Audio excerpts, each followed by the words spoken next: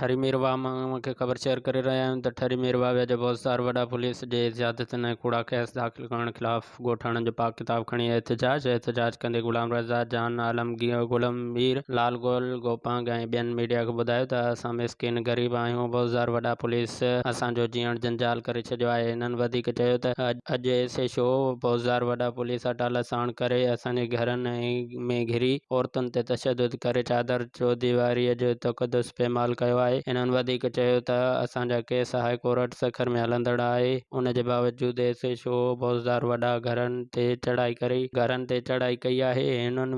हुननि वज़ीर आला सिंध SSP खैरपुर DIG सखर खां मुतालबो कयो आहे त भोसार वॾा पुलिस ख़िलाफ़ सख़्त क़ानूनी कार्रवाई कई वञे।